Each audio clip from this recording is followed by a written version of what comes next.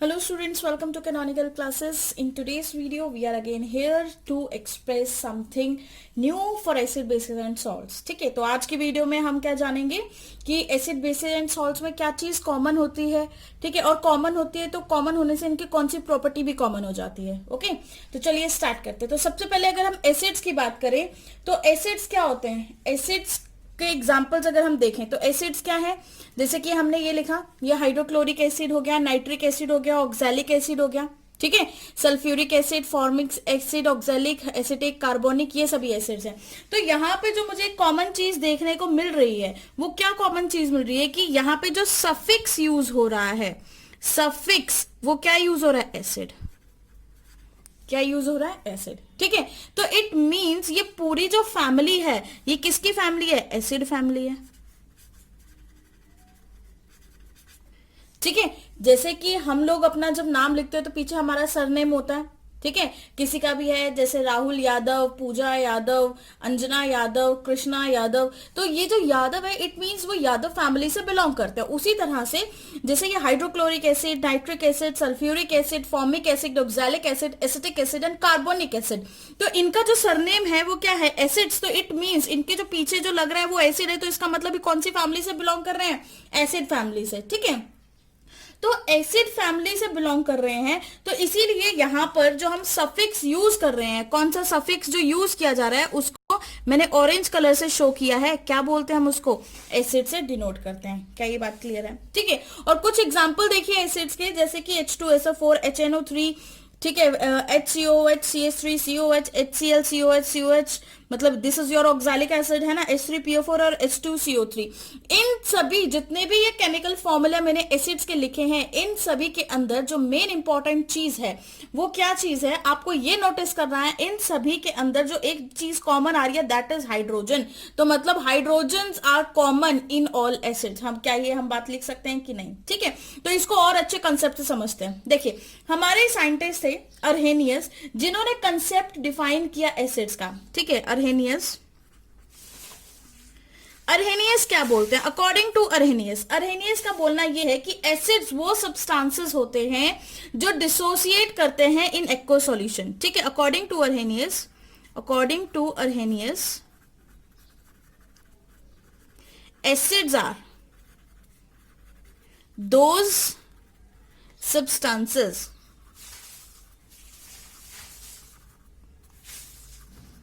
which, जो कि क्या करेंगे, which dissociate in aqueous. Very important, यहां पे जो वर्ड aqueous है वो बहुत इंपॉर्टेंट है. in aqueous solution to give, क्या देने के लिए, hydrogen ion, to give hydrogen ion. और इस हाइड्रोजन आयन को कई बुक्स में प्रोटॉन्स के नाम से भी लिखा होगा.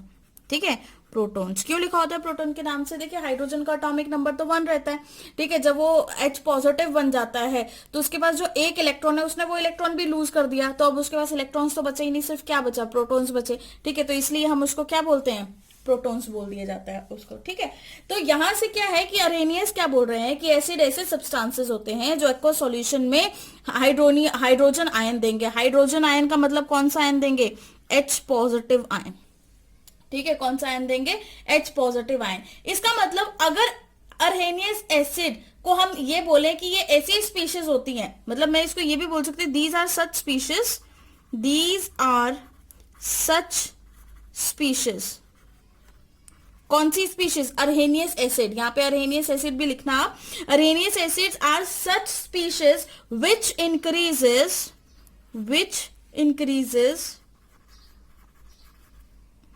H positive concentration,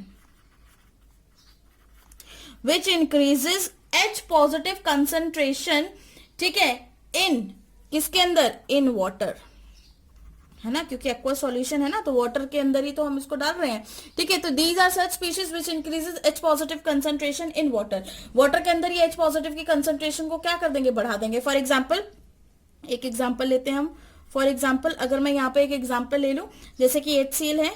ठीक है, HCl को कैसे ब्रेक करते हैं हम, H positive plus Cl negative. Cl भी एक्वस है, H पॉजिटिव भी एक्वस है, और आपका जो HCl था वो सिंपली क्या था, पहले लिक्विड से आपने जब उसको वाटर में डाला तो वो किस में चेंज हो गया, एक्वस में चेंज हो गया। ठीक है, क्लियर है। उसी तरह से अगर मैं एक और एग्जांपल दूं तो सल्फ्यूरिक एसिड का एग्जांपल ले सकते हैं हम, है ना। H2SO4 को भी ऐसे ही ब्रेक करेंगे, कैसे, H2SO4 कैसे ब्रेक होगा, 2H positive plus SO4 power 2 negative, है ना, ये भी है। अब यहाँ पर एक चीज नोटिस करना, जो ये आपके हाइड्रोजन आयंस है, मैं किसी और कलर से इसको शो करती हूँ, कि ये जो आपके हाइड्रोजन आयंस है, एक ये और एक ये जो आपके हाइड्रोजन आयन है, ये क्या होते हैं, हाईली अनस्टेबल और रिएक्टिव होते हैं। ठीक है, ये चीज आपने यहां से नोटिस करनी है कि hydrogen ion, H positive ions, यहां पे लिखती हूं मैं, H positive ions are highly unstable. अगर वो हाईली अनस्टेबल है तो इट मीन्स वो रिएक्टिव भी ज्यादा होंगे, है ना। अगर कोई चीज स्टेबल होती है इसका मतलब वो रिएक्ट नहीं करती, ठीक है। लेकिन अगर किसी चीज को बोल दिया जाए कि वो अनस्टेबल है तो इसका मतलब उसकी रिएक्टिविटी बहुत ज्यादा है, ठीक है। तो हम क्या बोलेंगे, H positive ions are highly unstable and more reactive, okay.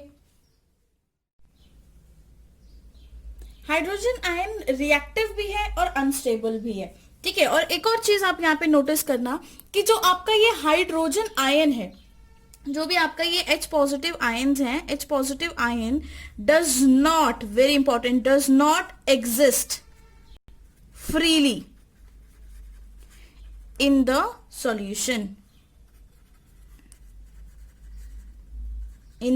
Solution, ठीक है। क्यों नहीं एग्जिस्ट करेगा फ्रीली, मतलब जो H पॉजिटिव आयन्स हैं वो सॉल्यूशन के अंदर फ्रीली एग्जिस्ट नहीं कर सकते, because it is quite unstable. क्योंकि ये क्वाइट क्या होता है, अनस्टेबल होता है, इस वजह से, ठीक है। तो H positive does not freely exist in aqueous solution as it is quite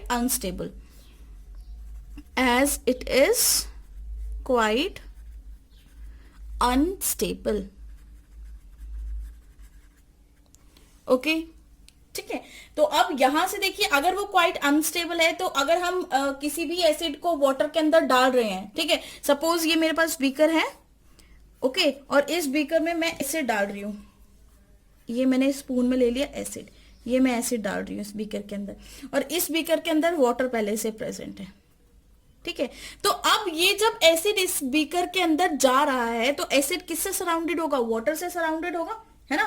तो H पॉजिटिव कंबाइन किसके साथ करेगा, विथ सराउंडिंग वाटर, जो उसके चारों तरफ प्रेजेंट होगा उसी के साथ कंबाइन करेगा, क्योंकि H positive simple H positive की फॉर्म में तो वो एग्जिस्ट नहीं कर सकता सॉल्यूशन में, तो किसके साथ एग्जिस्ट करेगा, जो उसकी सराउंडिंग में सबसे ज्यादा प्रेजेंट है। तो क्या सबसे ज्यादा प्रेजेंट है, वाटर। तो हम यहां पर ये भी बोल सकते हैं कि जो H पॉजिटिव कंबाइन करते हैं, H positive combine with water, जो आपका H पॉजिटिव है वो वाटर के साथ कंबाइन करेगा, विद वाटर, या फिर हम इसको ब्रैकेट में लिख भी सकते हैं सराउंडिंग वाटर, ब्रैकेट में लिख लेना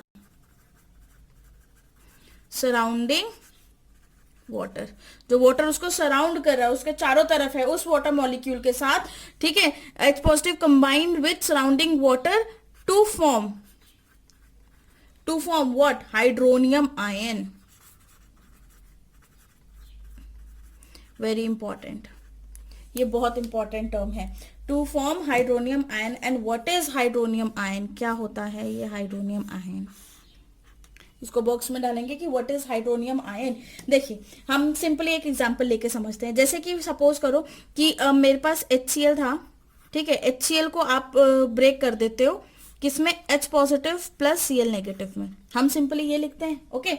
अब यहां से जो ये वाला H है ये किसके साथ करेगा, कंबाइन करेगा वाटर के साथ, कंबाइन विद वाटर के साथ कंबाइन करेगा। अगर ये वाटर के साथ कंबाइन करेगा तो क्या बनेगा, H पॉजिटिव अगर H2O के साथ कंबाइन कर रहा है तो क्या बनेगा, H3O पॉजिटिव, ओके। तो ये जो H3O पॉजिटिव है, दिस H3O पॉजिटिव, इसको बोला जाता है हाइड्रोनियम आयन, क्या बोला जाता है इसको? हाइड्रोनियम आयन, जो कि बहुत इंपॉर्टेंट है समझना। फिर से रिपीट करती हूँ, हाइड्रोनियम आयन क्या होता है? जो भी आपका एसिड H पॉजिटिव और H पॉजिटिव रिलीज करता है, वो H पॉजिटिव बहुत ज्यादा अनस्टेबल होता है, तो वो क्या करेगा, अपने चारों तरफ जो भी वाटर मॉलिक्यूल प्रेजेंट है उनके साथ कंबाइन हो जाएगा, और जैसे ही ये H पॉजिटिव इस वाटर मॉलिक्यूल के साथ कंबाइन हो गया तो इसने जो प्रोडक्ट बनाया है दैट इज H3O पॉजिटिव, और जिसको क्या बोला जाता है, एक नया नाम दे दिया गया, दैट इज हाइड्रोनियम आयन। तो अगर आप कोई भी रिएक्शन लिखते हो, ठीक है, इसी रिएक्शन को ले लेते हैं, इस रिएक्शन को आप कैसे लिखते हो? HCl ने H पॉजिटिव दिया प्लस Cl नेगेटिव दिया, यही लिखते हैं ना, ठीक है। HCl, ये एक्वस, ये भी एक्वस, ये भी एक्वस, इसी फॉर्म में लिखोगे, ठीक है। अब अगर ये तो मेथड है, ये हम जो नॉर्मली यूज करते हैं फर्स्ट, लेकिन अगर इसी को हम एक प्रॉपर वे से लिखें, एक प्रॉपर केमिस्ट्री का जो मेथड होता है उस वे से लिखें, तो इस रिएक्शन को कैसे लिखा जाएगा? HCl एक्वस, ठीक है, गिव्स यू, क्या देगा? H3O positive aqueous. Very important, क्योंकि जो ये वाला H था, ये वाला जो H है वो वाटर मॉलिक्यूल के साथ क्या हो गया? कंबाइन हो गया, जिसने क्या बना लिया? हाइड्रोनियम आयन की फॉर्मेशन कर दी, प्लस क्या? Cl negative aqueous. क्लियर है ये बात? ठीक है, तो ये जरूर टाइम कंज्यूमिंग है, बट आपको बहुत सारी बुक्स में यही मेथड दिखाई देगा और हम ये शॉर्टकट अप्लाई करते हैं। तो जो करेक्ट एक्सप्लेनेशन है या करेक्ट राइटिंग का पैटर्न है इस इक्वेशन को, वो यही है, वो सेकंड वाला is the correct writing pattern. ठीक है, तो इसको मैं यहां लिख देती हूँ, करेक्ट इक्वेशन। ओके, अर्हीनियस ने एसिड्स के बारे में तो बोल दिया कि वो ऐसे सॉल्यूशन होंगे जो H पॉजिटिव को रिलीज करेंगे। उन्होंने साथ के साथ बेसिस को भी डिफाइन कर दिया। तो अकॉर्डिंग टू अर्हीनियस, बेसिस वो सब्सटेंस होते हैं अकॉर्डिंग टू अर्हीनियस, ठीक है, अर्हीनियस के अकॉर्डिंग टू अर्हीनियस के according bases are those substances. Bases कौन से सब्सटेंसेस होंगे? अकॉर्डिंग टू अर्हीनियस बेसिस वो सब्सटेंसेस होंगे which dissociate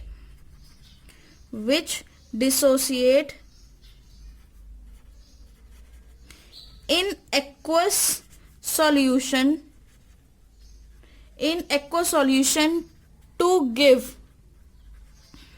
OH negative ion, to give OH negative ion. Very important, ये जो OH नेगेटिव आयन है यही तो आपके बेस का एक्चुअल में कैरेक्टर डिसाइड करता है। ठीक है, तो क्या होता है, अर्हीनियस बेसिस क्या होंगे? ऐसे सब्सटेंसेस जो कि डिसोसिएट हो रहे हैं एक्वस सॉल्यूशन में टू गिव हाइड्रोक्साइड आयन देने के लिए एक्वस सॉल्यूशन में अगर वो ब्रेक डाउन हो जाते हैं तो ऐसे सब्सटेंसेस को क्या बोला जाता है? बेसिस बोला जाता है। तो इसका मतलब अगर हम बोले कि अर्हीनियस bases are the species, ठीक है, अर्हीनियस बेसिस ऐसी स्पीशीज है that increases OH negative ion concentration. OH negative ion concentration, ठीक है, किसमें? आयन कंसंट्रेशन इन, किसमें इंक्रीज कर रही है? इन वाटर के अंदर OH नेगेटिव आयन की कंसंट्रेशन को इंक्रीज कर रहे हैं। ठीक है, तो अर्हीनियस क्या थे? बेसिस, ऐसे बेसिस थे जो विच ऐसे सब्सटेंसेस जो डिसोसिएट करते हैं एक्वस सॉल्यूशन में OH नेगेटिव देने के लिए। तो अगर डिसोसिएट करेंगे तो इसका मतलब यही रिस्पॉन्सिबल है OH नेगेटिव की कंसंट्रेशन को बढ़ाने के लिए इन एक्वस सॉल्यूशन। तो वापस से जरा इनके एग्जांपल देखते हैं, जैसे कि sodium hydroxide, potassium hydroxide, magnesium hydroxide, calcium hydroxide, aluminium hydroxide और अमोनियम हाइड्रोक्साइड। तो यहाँ पे जो सफिक्स यूज किया जा रहा है, यहाँ पर जो हम सफिक्स यूज कर रहे हैं वो सफिक्स क्या है? Suffix is your hydroxide. Suffix क्या है आपका? हाइड्रोक्साइड। ठीक है, मतलब OH को हाइड्रोक्साइड बताया गया है। ठीक है, और वहीं पर जो हम इसके एग्जाम्पल्स देखते हैं तो यहां पर देखिए NaOH, KOH, MgOH whole twice, CaOH whole twice, AlOH whole twice, NH4OH। तो यहां पर जो एक कॉमन चीज आपको देखने को मिल रही है दैट इज एनायन। मतलब ठीक है, ऑल द बेसिस हियर, यहां वाले हैव सेम anionic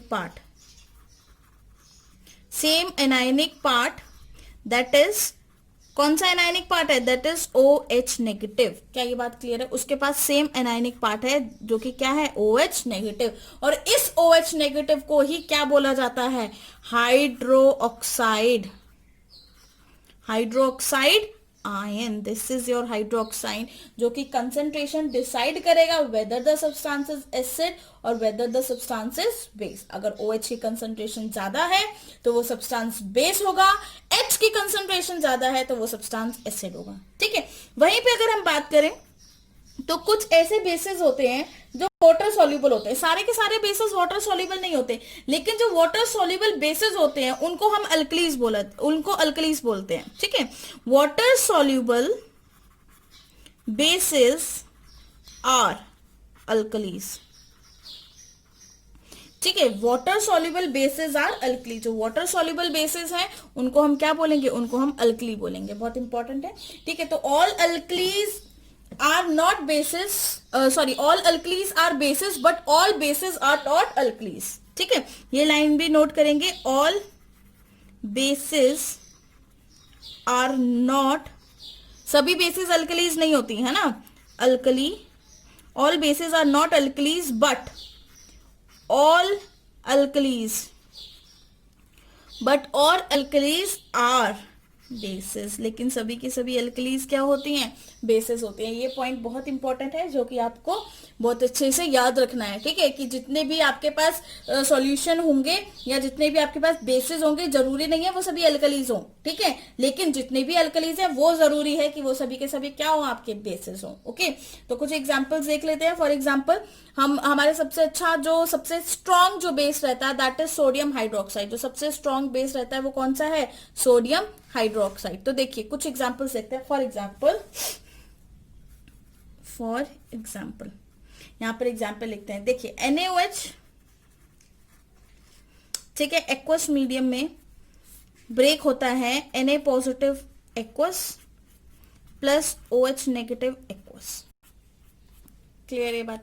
उसी तरह एक और एग्जाम्पल लेते हैं। CaOH होल ट्वाइस, ठीक है, एक्वस मीडियम में ब्रेक हो रहा है Ca2 positive aqueous plus 2OH negative aqueous.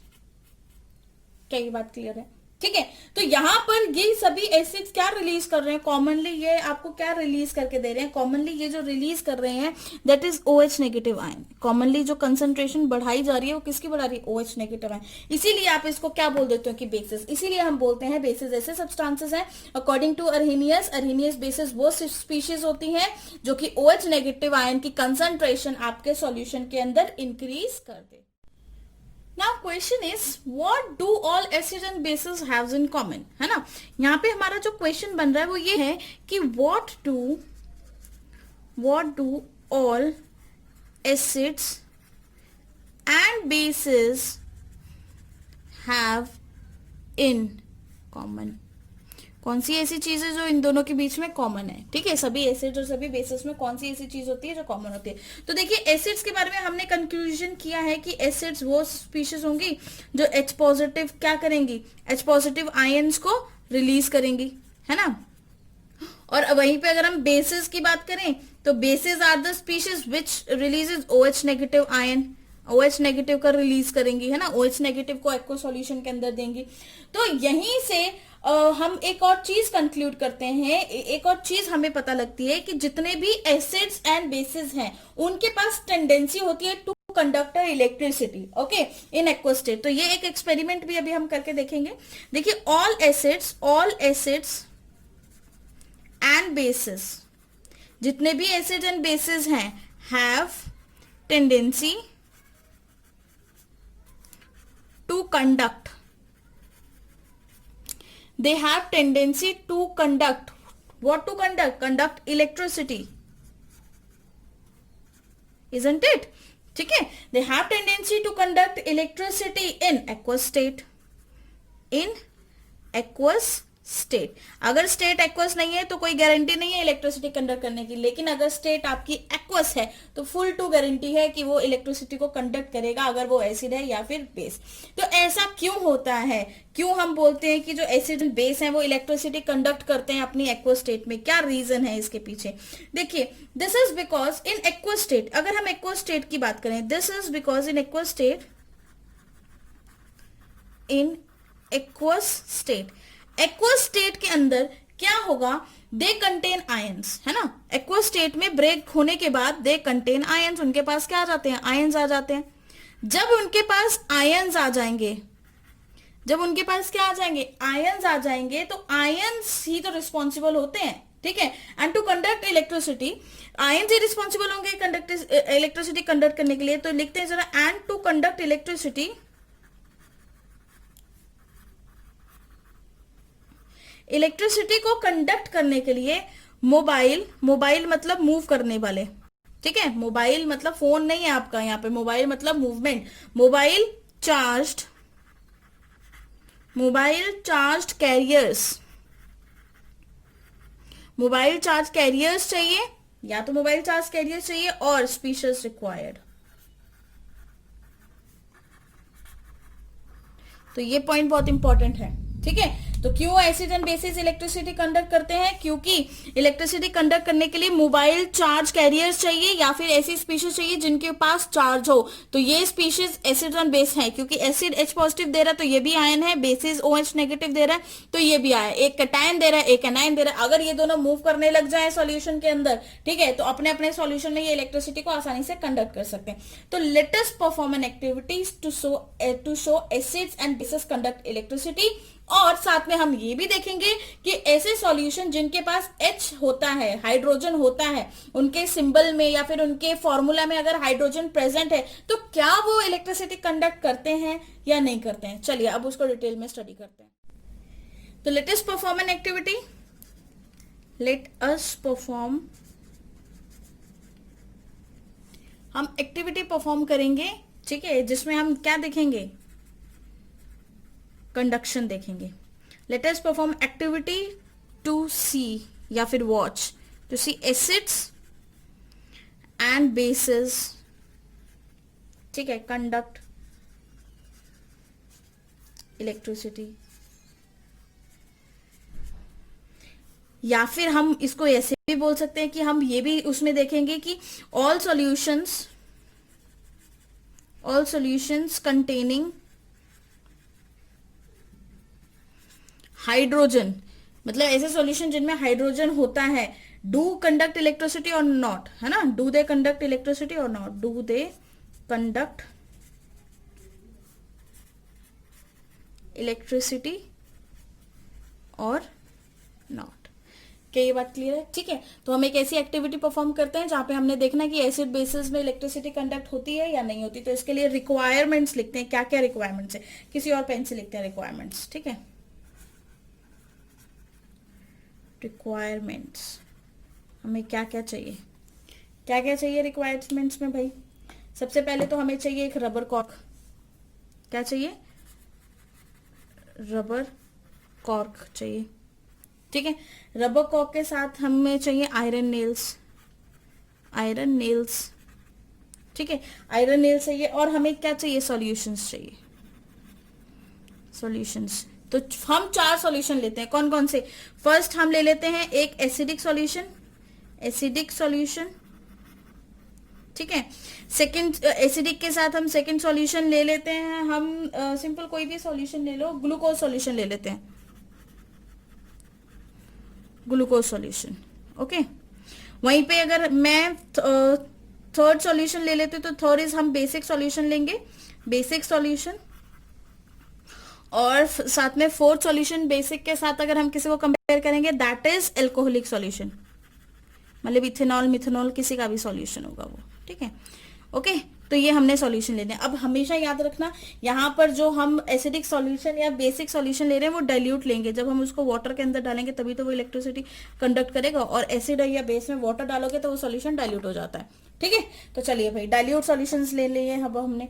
तो चलिए अब एक्टिविटी परफॉर्म करते हैं। तो ध्यान देना जरा, देखिए ये है हमारे पास बीकर्स, ठीक है। और इन बीकर्स के अंदर इसमें मैंने एसिडिक सॉल्यूशन लिया है, इसमें मैंने ग्लूकोज का सॉल्यूशन लिया है। ये आपकी रबर कॉर्क है, ठीक है। हम यहाँ पे इसको लिख भी देते हैं कि ये आपकी रबर कॉर्क है, रबर कॉर्क, ठीक है। These are your iron nails, iron nails, ठीक है। ये क्या है, वायर है, ये वायर है, ये बीकर है, ये बैटरी है, ये बल्ब है,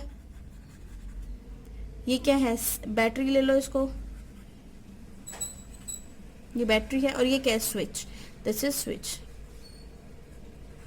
ठीक है। तो ये सारी चीजें हमने यहाँ पे नोटिफाई कर दी। तो अब देखिए इस सॉल्यूशन के अंदर जो आपको ये ग्रीन कलर का सब्सटेंस दिख रहा है, इसमें लिक्विड प्रेजेंट है, दैट इज एसिडिक सॉल्यूशन। ये एसिडिक सॉल्यूशन है, कोई भी एसिडिक सॉल्यूशन हो सकता है। फॉर एग्जांपल मैं अगर यहाँ पे कोई भी एसिडिक सॉल्यूशन ले रही हूँ, मैं ले लेती हूँ यहाँ पे ये HCl डाल दिया, मान लो कि मैंने क्या डाल दिया, HCl। तो HCl यहाँ पे कैसे डिसोसिएट होगा, HCl कैसे देगा, H positive plus Cl negative, यही तो देगा, है ना। H positive plus Cl negative इसको डिसोसिएट करेगा, ओके।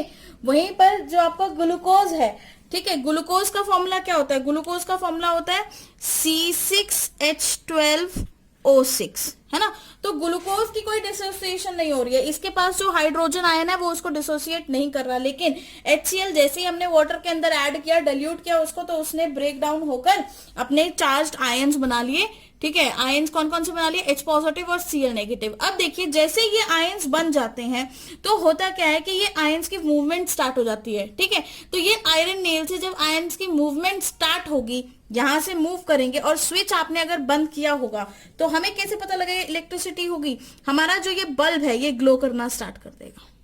क्या ये बात क्लियर है, जैसे ये बल्ब ग्लो करना स्टार्ट कर देगा तो इट मींस कि इलेक्ट्रिसिटी कंडक्ट हो रही है इस सॉल्यूशन के अंदर due to movement of ions. किसकी वजह से हो रही है, due to movement of charged ions, due to movement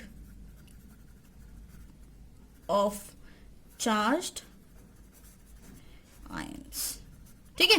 charge ions की मूवमेंट की वजह से आपका ये बल्ब जो है वो ग्लो करना स्टार्ट कर दिया, और बल्ब ग्लो करना स्टार्ट कर दिया, बल्ब क्यों ग्लो किया, क्योंकि आपके आयंस ने मूवमेंट स्टार्ट कर दी, इस वायर में स्विच ऑन किया तो उसको सर्किट कंप्लीट हो गया, बैटरी में मतलब चार्ज हो गई, और आपका बल्ब क्या हो गया, ग्लो हो गया, ठीक है। उसी तरह से नेक्स्ट इस ग्लूकोज के सॉल्यूशन को अगर हम देखें तो इस ग्लूकोज के सॉल्यूशन के अंदर आपने सेम पैटर्न ही किया है, कुछ भी चेंज नहीं है। यहां पर भी रबर कॉर्क यूज की है, 2 आयरन नेल्स हैं, वायर्स हैं, स्विच लगाई है, बैटरी लगाई है और एक बल्ब लगाया, लेकिन यहां पर जो ये C6H12O6 है ये डिसोसिएशन शो नहीं कर रहा, यहां पे जो हाइड्रोजन है वो आयन की फॉर्म में नहीं रिलीज हो रहा है, जिसकी वजह से ये इलेक्ट्रिसिटी कंडक्ट नहीं करेंगे, ये इलेक्ट्रिसिटी को कंडक्ट नहीं करेंगे। और अगर ये इलेक्ट्रिसिटी को कंडक्ट नहीं करेंगे तो हम ऐसे आयंस, ऐसे पार्टिकल्स को क्या बोलते हैं, they are bad conductor of electricity, ठीक है। तो हम यहां लिखेंगे डू नॉट कंडक्ट, क्या कंडक्ट नहीं किया उन्होंने, electricity, do not conduct electricity. क्यों नहीं कंडक्ट की electricity, due to absence of ions, किसकी वजह से, due to absence of charge carriers, ठीक है, due to absence of charge carriers. तो आपका एसिडिक सॉल्यूशन तो इलेक्ट्रिसिटी कंडक्ट कर रहा है, लेकिन आपका ग्लूकोज सॉल्यूशन इलेक्ट्रिसिटी को कंडक्ट नहीं कर रहा है। इस एक्सपेरिमेंट को बहुत ध्यान से पढ़ना है आपने, ठीक है। वहीं पे अब सेकेंड एक्सपेरिमेंट की तरफ मूव करते हैं, इस एक्सपेरिमेंट को बस यहां इतना करते हैं, अब सेकेंड एक्सपेरिमेंट की तरफ मूव करते हैं। अब यहां पर मैं ले लेती हूं, सेकेंड एक्सपेरिमेंट में मैंने ले लिया, एक आपका बेसिक सॉल्यूशन लिया है और एक आपका एसिडिक सॉल्यूशन लिया है, ठीक है। One is your basic and one is your acidic solution. अब इसको भी हम लेबल कर लेते हैं, यहां पर ये आपकी रबर कॉर्क है,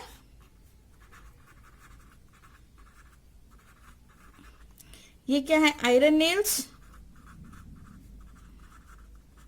ठीक है, ये वायर, ओके, ये बीकर, ये बल्ब, ये बैटरी, ये स्विच,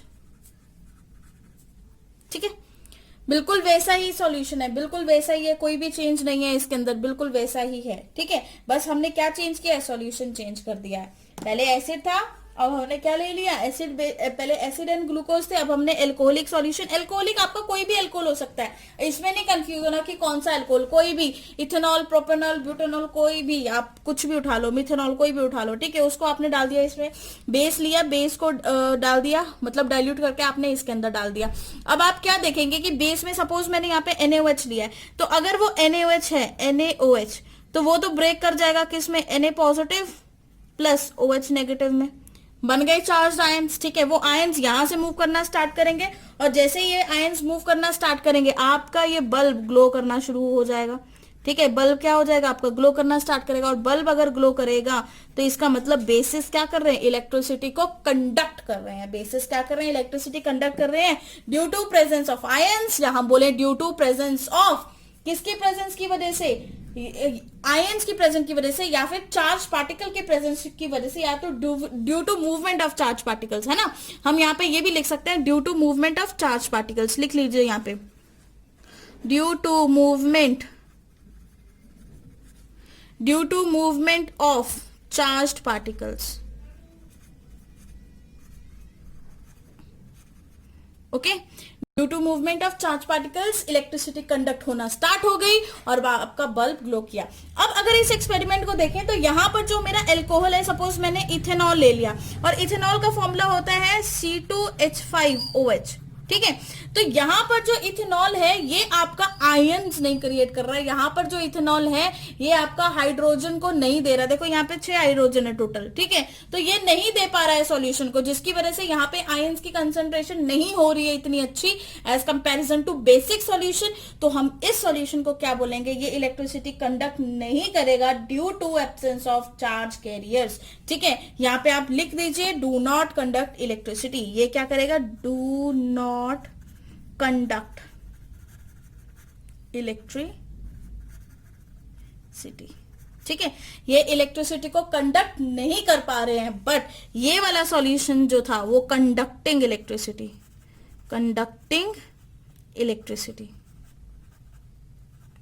ठीक है, तो इन दोनों सॉल्यूशन से क्या प्रूव होता है, इन दोनों सॉल्यूशन से हमें ये प्रूव होता है कि जो हमारे acids and bases are good conductor of electricity, whereas जो बाकी सॉल्यूशन जिनमें हाइड्रोजन होता है वो जरूरी नहीं है कि वो आपकी इलेक्ट्रिसिटी को कंडक्ट करेंगे ही करेंगे। ठीक है, ये कोई जरूरी नहीं होता कि हाइड्रोजन है तो इलेक्ट्रिसिटी कंडक्ट ही करेंगे। जरूरी है कि वो हाइड्रोजन होते हुए वो चार्जेस बनाए। अगर आपके चार्ज कैरियर्स प्रोड्यूस होंगे तो इलेक्ट्रिसिटी कंडक्ट होगी, अगर आपके चार्ज कैरियर्स प्रोड्यूस नहीं होंगे तो आपकी इलेक्ट्रिसिटी कंडक्ट नहीं होगी। ओके, तो जल्दी से नोट डाउन करिए, अपनी नोटबुक्स में ड्रॉ करिए, सारे डायग्राम्स ड्रॉ करने हैं, और कोई भी डाउट है तो कमेंट सेक्शन में पूछिए। And thank you for